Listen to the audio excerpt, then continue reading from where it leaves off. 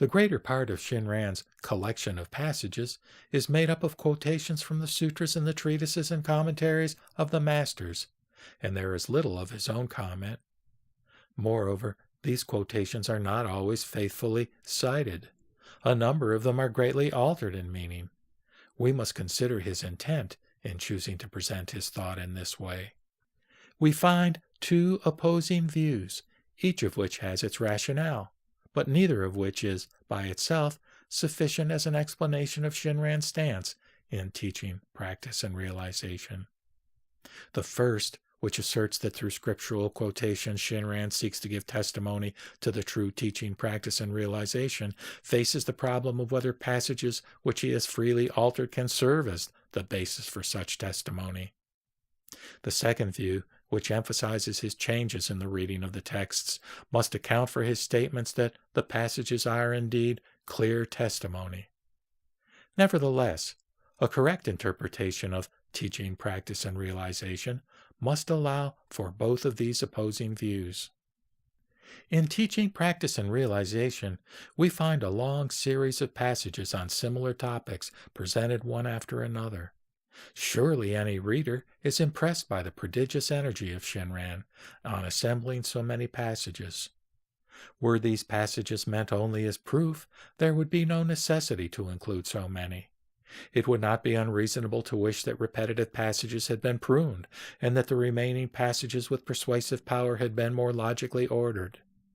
In his energy, one senses something more at work than a mere effort to make an intellectual presentation.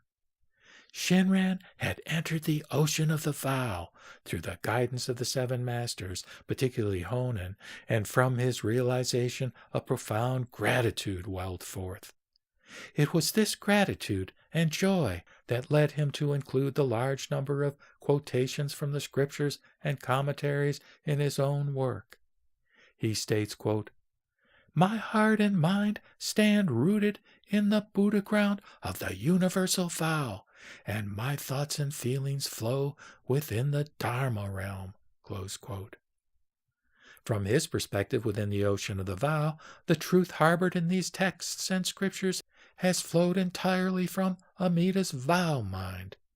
He made a religious pilgrimage, starting with Sakyamuni's teachings and progressing through the seven masters, and the markers of that journey, gathered and arranged, form the quotations of teaching, practice, and realization. Perceiving Amida's Vow-Mind everywhere manifest in those works, he sought to clarify it for others.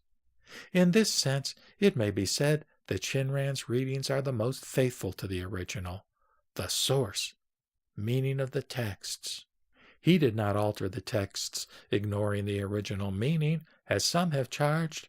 Quite to the contrary, he read the source meaning of the scriptures more deeply and clearly than the original authors, and in order to bring it out, he changed the traditional readings where he felt they were inadequate. Shinran stands on the Buddha ground of Amida's vow. From that perspective, he sees the world of human beings, what he calls, in self-realization, the, quote, foolish being full of blind passions in this fleeting world, this burning house. Not only the words and acts of this realm, but one's very existence within it are completely bereft of truth and reality, no more than, quote, lies and gibberish. He seeks to awaken us to this. His mind emerges from the, quote, truth and reality of the vow and manifests itself, returns to the realm of birth and death, calling to people, awaken yourself. Shinran views Sakyamuni from a position within the Vow-Mind of Amida, which transcends even Sakyamuni. He does not quote Nagarjuna, for example, out of reliance on his authority as a historical figure, but because Nagarjuna's words express the Vow-Mind of Amida. It is not the case that Shinran, quote, in order to set forth his own views, borrowed from the sutras, treatises, and commentary passages that suited his own purposes, close quote. Because he was able to enter the ocean of Amida's vow through the tradition formed by the Pure Land Sutras and the works of the seven masters, he holds that tradition in profound veneration. At the beginning of Chapter on Teaching, Shinran declares, quote, "To reveal the true teaching, it is the larger sutra of immeasurable life." Close quote. If he had stood only within history, it would have been impossible for him, a mere foolish being, to pass judgment on the Buddha's teaching. Shinran, even though he is an ordinary being, stands within the Vow-Mind. Hence, such a judgment arises from the Buddha's mind, the Vow-Mind that has manifested itself as his realization of Shinjin, and with which his foolish mind is one. He perceived this mind of Amida in the entire tradition of the sutras and masters. Thus, he takes their works as, quote, clear testimony that the teaching, practice, and realization of the Pure Land Way are indeed true. And in order that their significance be made apparent, he changes the readings where necessary. His understanding was born from having realized Amida's vow transmitted in the sutras and writings.